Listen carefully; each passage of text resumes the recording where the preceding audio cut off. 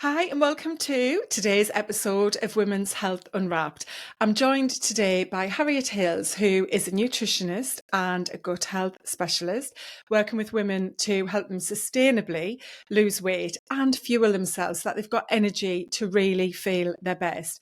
But Harriet sees many women struggling to lose weight, and often they've lost weight but then start to plateau and can't shift those final few pounds or so. And they tell her that they're doing all of the right things to lead to successful weight loss, but they just can't shift that last part of weight, or maybe they just can't shift any weight at all. And this is a problem that, especially around that perimenopausal stage of life, can be one we hear a lot about. So we're going to dive into quite a specific area of health, one that I haven't spoken about on the podcast before, but one that I'm personally really interested in and know can have a massive role to play, not just in losing weight, but in overall health. So whether you're someone who does want to lose weight or just manage their weight or maintain really good health, or perhaps focus on some of those perimenopausal symptoms, the topic of detoxification and having awareness of toxins in your life is one that I'm sure today is going to really help you, because toxins are everywhere. They're in our food, in our beauty products, our personal care items, cleaning products, the air around us, even our cooking utensils and plastics and so on. And for women especially, they can be really disruptive to our hormones. So Harriet's going to dive into that with us today, and I'm sure we'll give lots of really actionable tips that you can consider and implement to improve your health. So welcome to the podcast, Harriet. Thank you so much for having me. It's lovely to be here. Yeah, it's great to have you. And as I said, it's a really important topic, but one that definitely isn't like mainstream, for want of a better word. You know, it's one that I think in our space, when we work in health and wellness, we've heard about it and learned about it and so on. And for general women, I think it's possibly sounds like one more thing to have to think about and manage. But I know that's something we'll talk through as we chat together today. So just to kick us off, I'd love to know from you what your most impactful healthy habit is that you have in your toolkit right now. In terms of detoxification or just No, just what helps you general? to feel, you know, as well and healthy as you want to be. So I think just having a really diverse whole food diet, and I know that probably sounds a bit boring to people, but diversity and color is key. And also, I've come from being pescatarian for about 3.5 years. And then I went through my own sort of hormonal journey of losing my period. And I started to obviously in my learnings around nutrition and like in my degree that I'm currently doing in nutritional therapy, I learned the benefits of having good quality meat products. So even having, don't get me wrong, I don't eat meat every day, but I do have it a few times a week as part of a balanced, healthy diet. And I think, as I said, just diversity. It's not one size fits all. It's not we should be this, we should be that, and actually not attaching a label to it. And I'm proud to say that I've sort of come over it now and I'm feeling so much more energized and healthy. I have a normal cycle. And yeah, I'm feeling good. Fantastic. And that is, it's definitely not a boring habit. It's a really good habit to have. Yeah. I certainly get quite excited by bringing that diversity in, especially around fruit and veg, but also the beans as well. I eat a lot of those. Yeah. And yeah, sometimes it can be a bit of a personal challenge to think Mm. about something that you haven't had for a while and bring that new piece of food into your diet as well. So yeah, that's I always fantastic. encourage my clients to, when they go to the supermarket or even if they're doing their online shop, just pick one random fruit or veg that week and just try it out, cook with it. Like something like a celeriac, for example, that can be really good as like a mashed potato. Yeah. So just like getting those extra different compounds in your body that's going to feed your Mm. biome, that's then going to support your immune system, your mood, and etc.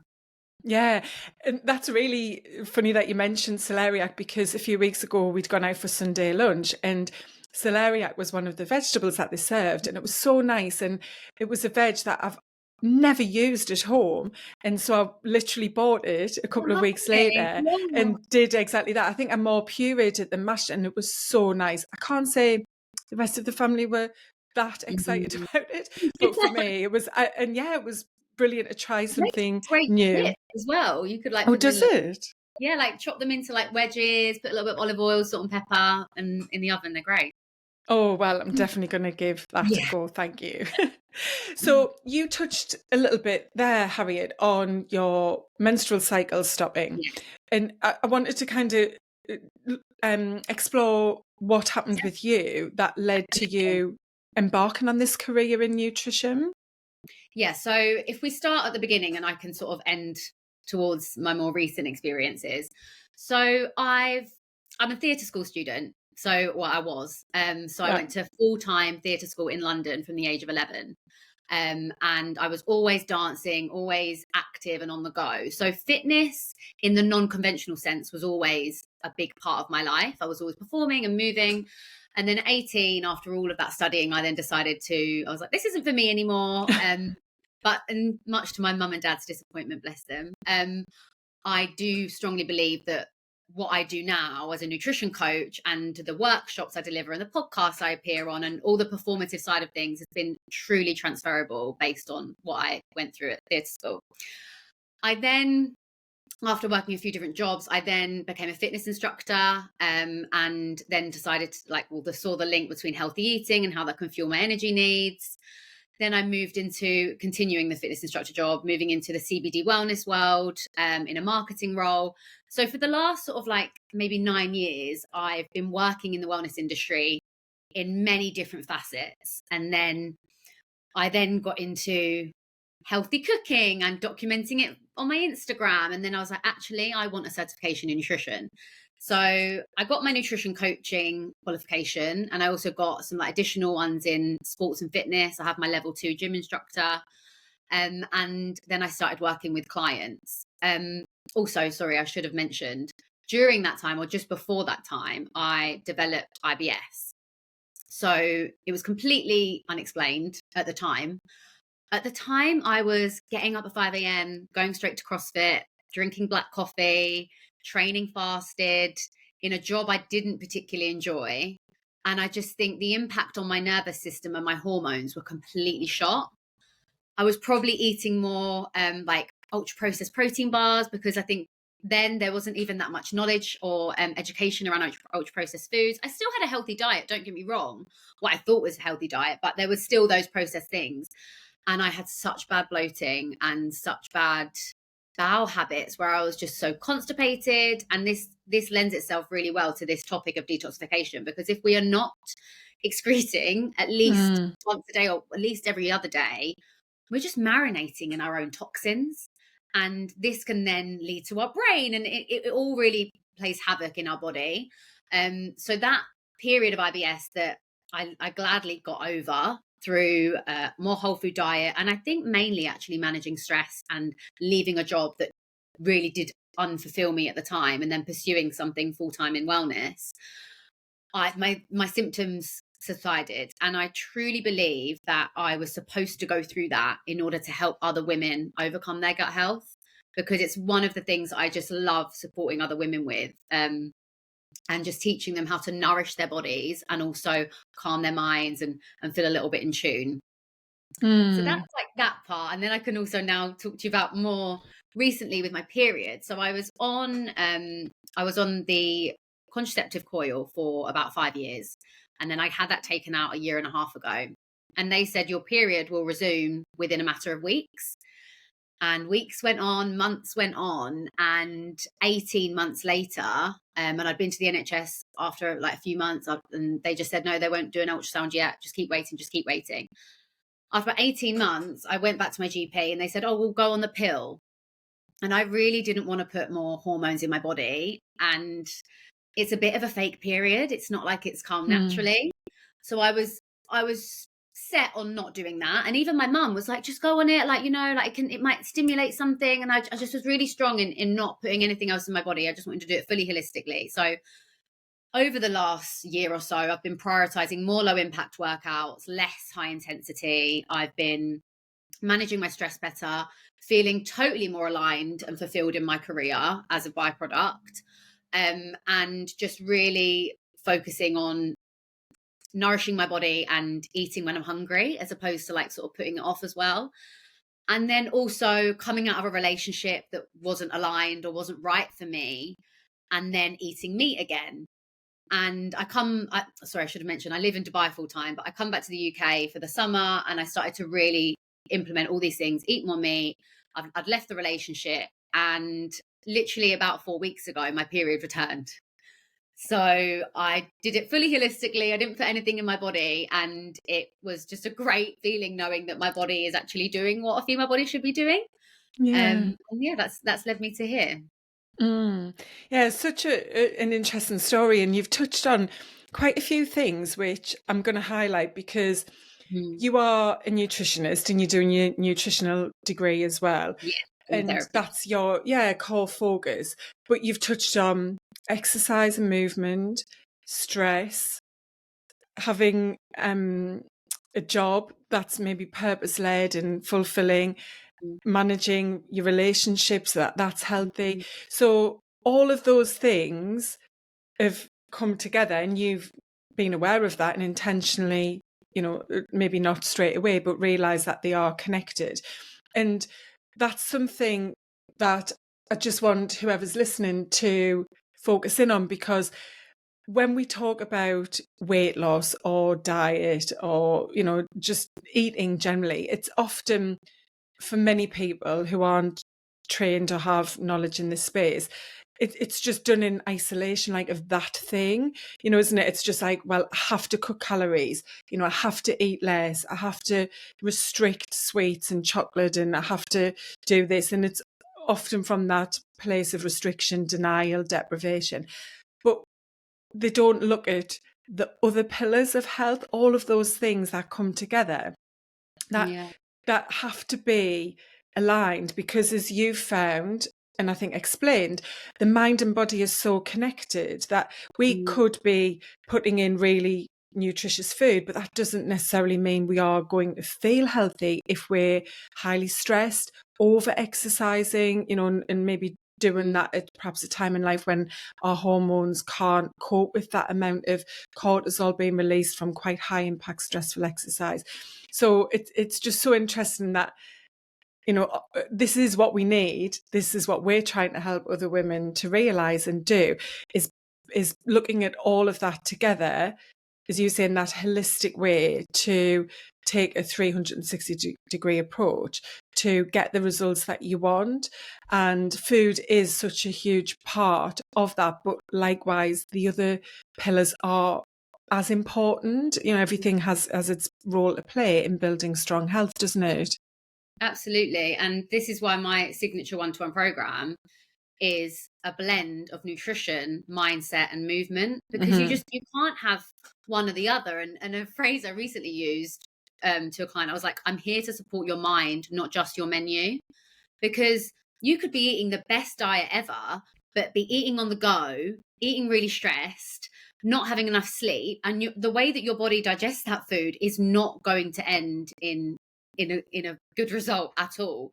So it is about combining it. And of course, I love talking about food. I love supporting my clients. I love giving them advice on what to eat and how to make things taste delicious.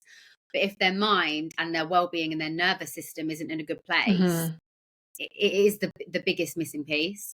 I totally agree. Mindset's at the center of my 5 pillars, which are mindset, movement, nutrition, sleep, and stress, to Yeah. link all of those together. Because I think food can become all encompassing for many women. They focus so much on being a certain size and shape. And that's something I talk about often, because we've inherited these stories and beliefs that we have to look a certain size and shape, weigh a certain number on the scales. That's going to equal health and happiness and confidence and so on. So that's a whole separate conversation, which does, link a bit to what we're talking about, in that because we're that way, we focus so much on food and it can really take over our lives. We think about it a lot, we obsess about it, we worry about it. And when we're doing that, we're actually offsetting perhaps some of the goodness of what we're eating and putting into our body, because as you said, your nervous system isn't in a positive state. It's not in that more rest and digest it, it's constantly in its nervous fight or flight state, isn't it? Yeah, definitely. And like touching on like the external conditioning that we have to look a certain Mm. way. All our bodies are different. Yes, we have like being a healthy weight, but at the same time, someone might be perfectly healthy as in a slightly bigger body, and that's what their energy requirements need. But because we are just so conditioned with external, I guess it dates back to years, hundreds of years ago, of looking a certain way, like when you think of the corsets and then obviously magazines and social media. It is such a shame, and I really I do have hope actually for the next generation that we are sort of removing these silos of like of needing to be a certain way, and actually like we're all different. As long as we're eating well, moving, and out of a healthy way, then that is all that should matter. Yeah, my daughter's 16, nearly 17, and she's definitely got a very positive attitude Oh, I love towards to body hear that. shape, size, and food, and so on. So you're right, I do think it's shifting. I don't think it's gone, and I don't think No. it's fully going to have gone for that generation. But yeah, I think that approach you're taking, and that we are thankfully starting to see around coming at it from that adding in perspective as opposed to Mm, removing and restricting of, okay, well, how can I nourish myself? Not just with food, but nourish myself with what goes into my head and mind, and what do mm, I, put into myself in terms of movement, and even friendships that I have, and as you yeah. mentioned, relationship and so on. So yeah, looking at it from, okay, what comes together to go in to put out what I want, which is that Mm, energy, that vitality, and just feeling of being, strong and in control of your life. So looking at toxins, let's start with literally a 101 on what toxins are. so toxins are, well, they can be multiple different things, but they're basically found in our cosmetics, found in our air. It's artificial bacteria that comes from artificial things. So, like emissions from cars, as I said, cleaning products, and like when you think about being in the underground and things like that. So it's Mm. everywhere and it is unavoidable. And I actually heard something on another podcast recently about like a person, I don't know, 500 or 200 years ago, like smoking and drinking and eating a highly rich diet wouldn't actually be consuming the same amount of toxins that we are now, because of the way that the world has evolved and how technology has evolved, even Wi-Fi signals and things like that are constantly Yeah. around us. And our body's job is naturally to detoxify, which means obviously purifying our blood of these toxins. But sadly, it is just overwhelmed at the moment, and it can lead to quite unfavorable consequences. Mm. That's really interesting, isn't it, to think how much we've progressed globally in so many ways, and yet Mhm. at the same time it's brought with it a huge risk to our health and a cost. um yeah, it's just that real like contrast, isn't it? And Mm. so when it comes to food, you mentioned when you were training and before you'd got into nutrition in the way you are now, that you were eating a lot of the protein dense kind of bars. I did that as well, maybe Mm. 5 6 years ago, thinking great high protein. And Yeah. I go to Aldi for my shopping, and I see people picking up those high protein chocolate Mm. mousses and other things, Mm. the drinks and so on. And oh, that's high protein, let's have, one of those and so on. So, talk to me a bit about the toxins that can be in food that we Mm. aren't generally educated about. Mm. So things like emulsifiers, sweeteners, thickeners, gums that all make up this ultra processed matrix of food that isn't actually real food, to be honest. Mm. And as you said, like people are marketed, so it's so unethical. I feel the way that people are marketed, high fiber, high protein, like when actually you'd be better off getting a natural yogurt that probably has maybe 5 grams less protein, but adding some nuts to it or some nut butter and just, or a good quality protein powder, and you're there, as opposed to buying this expensive prepackaged pot that is just, that our body struggles to digest and detoxify.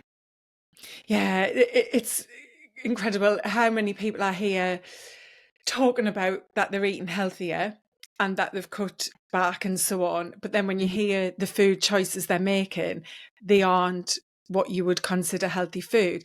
And what's the risk to us? Obviously, you specialize in gut health. So, yeah, just to explain to someone who hasn't really come across this, like, what is that kind of food doing when it's going into our gut and then beyond that? Yeah. So it's, I guess we just got to think of it as like a slightly foreign object, and like our microbiome doesn't recognize it.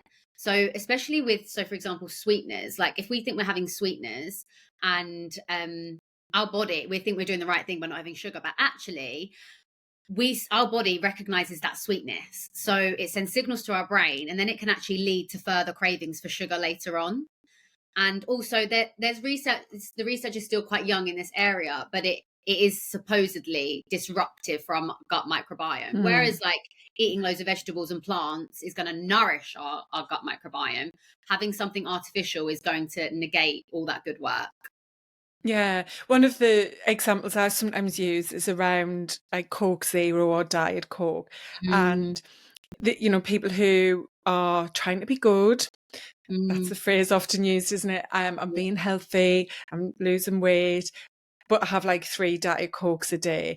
And there was a really interesting conversation I've heard on the Zoe Nutrition and Science podcast yes, I love before. that. Yeah, Yeah. talking about the difference between having real sugar and fake sugars. And Mm, it's not, it's not positive thing for your gut microbiome and then your overall health to have those fake sugars. Sometimes you actually better to have the real sugar than the mm, fake chemical type of sugars. But it was mm, really interesting, yeah, talking about that. And then it's not just the fact that it's okay because it's got no real sugar in it. It's mm, full of all of the additives and colorings and flavorings and so on as well. And so when it comes to us women, if we are consuming a lot of foods like that, so I think, we are living in the real world, food is yeah, cool. everywhere. Yeah. And, I might have a kind of Coke Zero, maybe Mm, I'm going to say once every couple of months. It's really mm, rare. But there's mm. sometimes, you might have gone out for a meal and think, actually, I just really fancy a Just fizzy fancy it. drink. And Yeah. yeah, go for that. But, you know, life's, as I say, real, and so we are going to have some of those things. But if you are eating a lot of them, what's the risk to our hormones as women, when we are consuming that? So forget about any weight gain or, that kind of effect Mm. that we might automatically think about. What else is it doing to us when we think about it as a toxin? So it can disrupt our endocrine system. And like you see this especially in like younger women as well. The way that we're now exposed to toxins in our food and our environment, it's Mm. leading to young girls like starting their periods really early and developing early. And it's just it's not healthy and not right. So that's like a that's an example of like the younger generation, but then in the older generation it can obviously lead to us clinging on to excess weight and not being in control of our cravings. And the thing is with ultra processed food, a lot of the time it's just so easy to overconsume.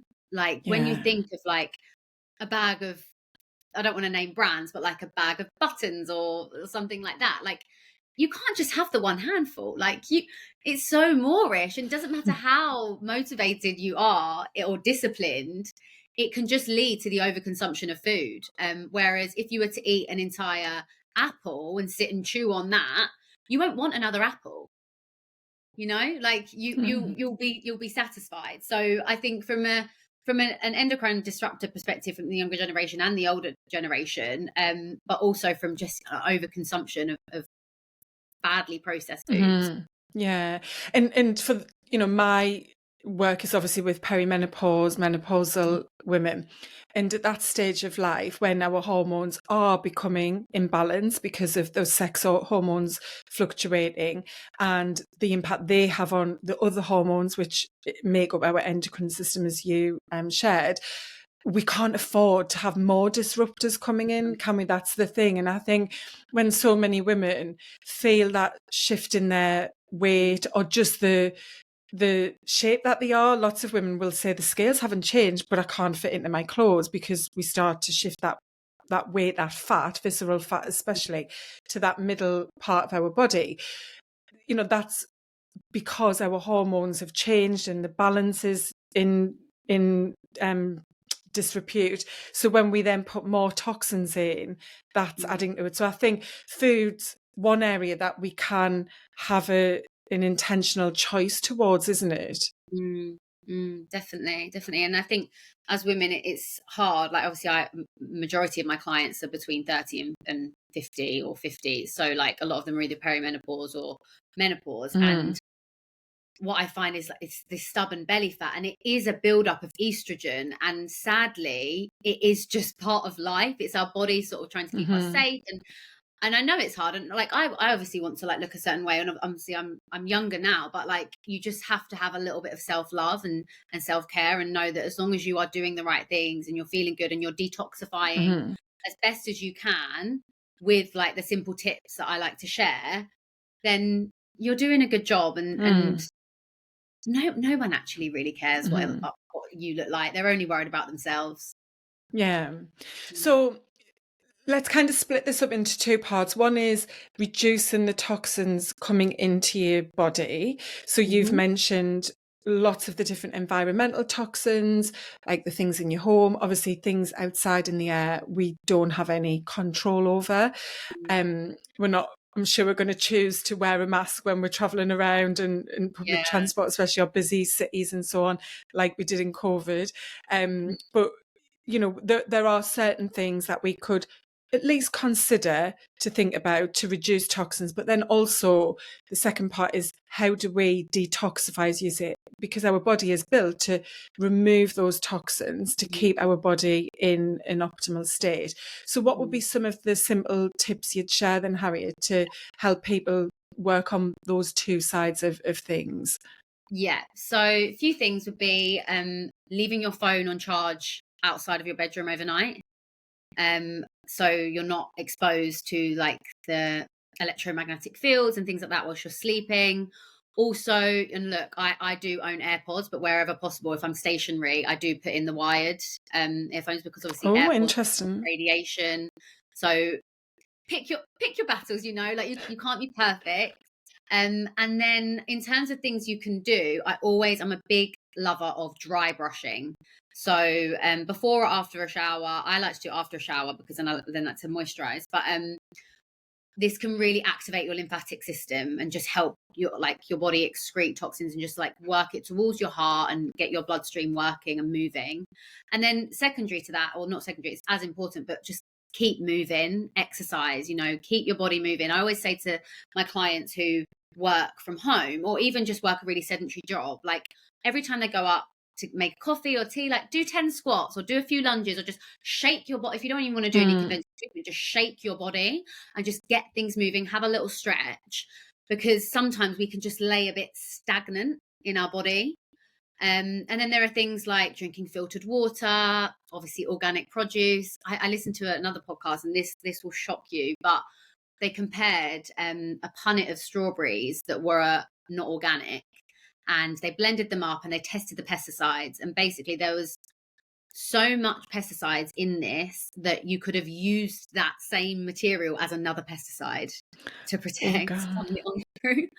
And it's just shocking, because organic produce is expensive, and I totally get it. Like, we can't all afford to buy organic produce, buy organic hair shampoo, conditioner, skin products. But if you can just maybe try and, like, weed things out as you go. You don't have to go to your whole makeup bag and chuck it out. But like, maybe next time when you run out of your mascara, can you look for one that is less toxic, and just make small changes over time that will support you. Yeah, and I'm all about small changes. That is what leads to sustainable habits. And so it is, as you say, thinking about those things. So we've got the personal items, beauty products, deodorants. That's a big one at the moment, isn't it? There's lots of new deodorant brands around that are organic. They don't have any toxins, chemicals in them, and so on. What's your thoughts on them? Because I do feel like that's become quite a noisy space. Deodorant, yeah, it's a big one. And yeah, I definitely, to be honest with you, I try not to wear deodorant as much as I can. And the reason that we sometimes smell is because our liver is struggling to detoxify. So if we can go on some sort of liver cleanse regularly, and even like there are lots of like great long longer protocols. You can go on different programs, liver cleanse programs, but even just like a bit of intentional fasting. So like you do like an extended 24-hour fast, or look, fasting isn't for everyone, and it like it is very personalized. So definitely consult a practitioner like myself or a GP or something before you embark on it. But sometimes just letting our body do what it's designed to do and clear up all that mess without just constantly piling food and drink into it, it can sort of do its thing. So I personally try not to wear deodorant as much as possible unless I'm sort of going out for the day, or even when I'm exercising. You know what? I actually don't care, because I'm like, I'm here to get sweaty and I'm going to shower after. So just avoiding those toxins as much as possible. Obviously, I do love perfume, but I save it for the weekend, and I'll just be very particular with it. But I'm so aware now, like even when I go through airports and duty free, and I'm just overwhelmed by perfume and toxins, and I'm like, it's just not good for me. Like, it's annoying, but you are just surrounded. Yeah. So in terms of detoxification, the body has a few natural ways that we detoxify to Yeah. keep us alive, basically. The liver's a big organ that plays a huge part in that, as you just touched on. And sweating is one of the ways that we detoxify. You mentioned bowel movements and having regular bowel movements. What are the other ways? I think there's a couple of other ways, isn't there, that we detoxify? Our periods, one of them, actually, isn't it? When we bleed, we're releasing a lot of Yeah. toxins. Yeah. Yeah. So we detoxify obviously through our skin, Mm-hmm. through sweating and through like oil production, and then also in our kidneys, through our stools, and obviously our bowel movements, and yeah, through everything that comes out of us, even when we breathe out, like we're expelling Mm-hmm. toxins. But the liver is connected to every single organ in our body. So if our liver is not operating effectively, it's going to impact everything. And madly enough, it can operate, I think it's between 20 or 30%. Our liver can go under so much destruction, but it can still operate at like 20%, which is mad. We don't want to get it to that level, of course not.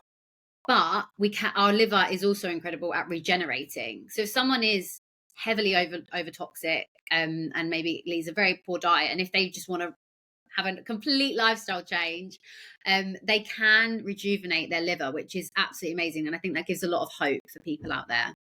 Yeah, definitely. So just thinking about some simple steps that people can implement. I know we've shared some great, I think quite simple steps, but what would you give as 3 takeaways that someone can work on to build a habit into their life of perhaps, just having that awareness to try and reduce toxins from their life? Yeah. So cruciferous vegetables are a really good one. So this is a family of vegetables a lot of your listeners or yourself are already eating, but these things like rocket, broccoli, cauliflower, radish, Brussels sprouts, turnips, pak choi. So these are really sulfur rich vegetables, and this helps encourage detoxification and the excretion of estrogen in the body. So they are loved by our liver. So I try to encourage my clients to at least have one portion of cruciferous vegetables a day. And again, this can support our hormone health.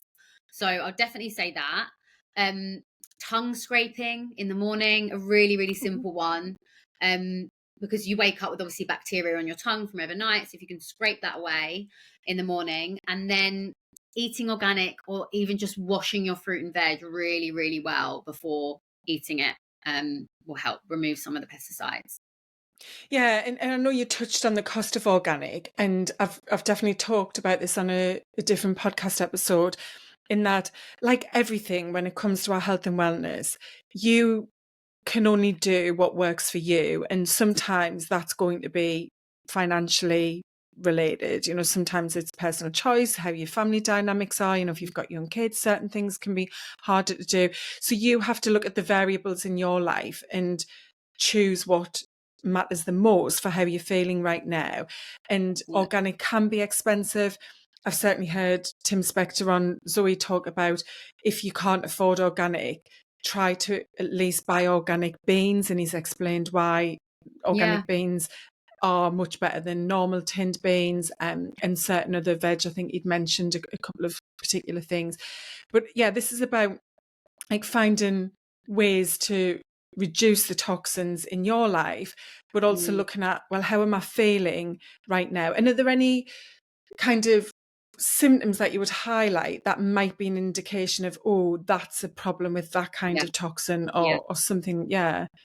So things like acne, things like really sluggish, slow bowel movements. As I said, Mm-hmm. if you're not going once a day or at least every other day, can also lead to skin conditions like psoriasis, night sweats, hormonal imbalances. I know we talked about weight gain or struggling to um, like manage your weight effectively, like yo-yoing, and then just general fatigue and tiredness. Also, dark circles under your eyes, like that's one thing when I work with clients, and we change a few things. Obviously, this isn't, I'm not saying this is like a detox protocol, but it's just a general nutrition program where they're obviously eating a lot more plant-based foods, they're maybe moving more, and they're eating more protein, and they're actually doing a lot of the things that detoxification supports or aligns with. And they say to me, like, my skin just feels brighter. And I'm like, yes, it's because you're detoxifying. Like, that's how your skin should look. It should be glowing.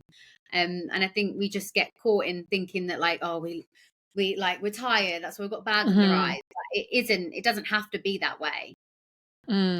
Yeah, I mean, you've mentioned whole foods and fruit and vegetable. Whole foods are those, not just fruits and vegetables, but anything that hasn't been touched, basically, to become that food, isn't it? So, Exactly. there's so much choice, and the more you can cook from scratch at home, Mm. the healthier you can be, and reduce toxins as well. I just want to kind of finish off, Harriet, on detoxes, because you've mentioned detoxification and a detox protocol a couple of times. And Mm. I, I don't see as much of it now, I don't think, but certainly over maybe the past 10 years or so, kind of became quite big business and popular. Everyone in Mm. the office I worked in would be like, oh, I'm doing a detox, and that might be having cabbage soup for 3 days, or smoothies Mm. only, and all these weird ways. What are your thoughts on those kind of detoxes, and what could you do if you wanted to intentionally do a detoxification? Yeah, so I have to be honest, I fell victim to those juice cleanse Oh, me detoxes. too, yeah. Yeah, and you know what?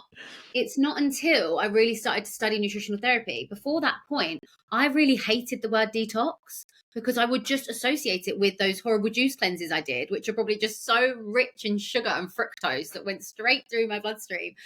And I actually really hated the word detox. And I was like, I don't even want to use this in my work. And then it wasn't until I then obviously got so stuck into my degree and started to actually learn that our body's detoxing by itself anyway. So we don't really need to go on these big things if we don't want to. However, you can go follow a protocol that would include something like an element of fasting, maybe some bone broth, maybe some vegetables like juices, not the sugary smoothies or juices, because as I said, that will really spike your blood sugar and that isn't good for us. So yeah, there are things you can do, obviously incorporating the movement side of things and like the body brushing. Mhm. But other than that, those juice cleanses or like booty or things like that, no, I'm not a fan. Yeah. If you want to do something like that, I think the message is go to a professional like yourself and know that it's something you do need as well, and that it's not something you have to do regularly. And shifting away from it being about weight loss is instead being about overall health and helping our Mm. body to maybe have that reset point to then perform in the way that it's intended to. Yeah, Yeah. definitely. Oh, And there are just a fantastic. few other like foods and drinks that are great that support your liver to detox is dandelion, even coffee, like 1 to 2 cups of coffee a day of good quality Mhm. coffee, beetroot, berries, apples, and then there's also a really great supplement called milk thistle, which can really Mhm. support your liver health and stimulate bile production and protect our liver from toxins. So I'm not someone that just to like blanket recommend a supplement. Make sure you consult a practitioner before you do so. But that is one that I would say has really great results. Oh, interesting. And Mm. what about dandelion? In what form do you get that? Is that You in can have it herbal in a teas? tea. Yeah, Mm. herbal tea is a good one. It can also be really Yeah. calming. Oh, I'll have to And then try. I there are don't think also I've tried that. yeah, give it a go. Give it a go. And then also superfoods. So things like chlorella, moringa, and spirulina. These are amazing at detoxifying your body from heavy metals, which we are exposed to through fish. Also, a lot of people have like mercury fillings and things like that. So adding in those superfoods, those like algae derived powders, and just make it easy for yourself. Like put it in one drink in the morning. Add like, if you're going to add protein, if you need protein in your morning drink as well, add that in. Add your collagen powder, like take your supplements, do it all at once. Don't feel like you have to have like multiple steps in the day to do it. And yeah, you just, that will be a really good kickstart to detoxifying as well as energizing you. Yeah, oh, fantastic. Lots of great tips there. And I'm sure people are going to be really interested in this. And I think there's lots of simple ways that don't have to cost, you don't have to take supplements, as you said, No. and buy these powders. There's a lot there to think about with your products, what you use in your home, even things like plug-in air fresheners. I've become quite mindful of that as well, because I do like the house to smell nice. And But candles is a big, yeah, wow, and like trying, candles are huge, aren't they? yeah, trying to get like either essential, Mhm. because I love a candle and I love an incense, but yeah, just trying to get natural essential oil based ones that aren't gonna be toxic. Mm. So if anyone wants to find out more and perhaps connect with you to have a chat about how you can Yeah. help them, where's the best place to find you, Harriet? So I'm mainly over on Instagram. So I'm Harriet Hills _ nutrition. I do have a 3-day reset PDF guide, which also has some bonus recipes in there. And it's basically designed to give you like your kickstart to nutrition. So if you're like, I don't know where to start, I just want, and I don't want, maybe you don't want something like completely personalized as of yet, but these are like my core foundations that I use with clients. And it's just broken down into simple steps and you can follow it day by day. And it gives a lot of the simple tips I've included here, but also a lot around nutrition and how to nourish your body. Oh, fantastic. And there will be a link to that in the show notes as well. So go there right now, click on it, sign up, get that, and give it a go and just see how it makes you feel. And also, what is it that Harriet's guiding you to do that's different to how you eat right now? And can you take any of that and make that a part of your diet going forward? So, Yeah. yeah, thank you so much for your time and sharing your story. And of course, all of the great knowledge that you have to help us think about those toxins and put less of them into our bodies. Thank you so much. I loved it. Thank you so much for having me, Nicola. Yeah, you're welcome.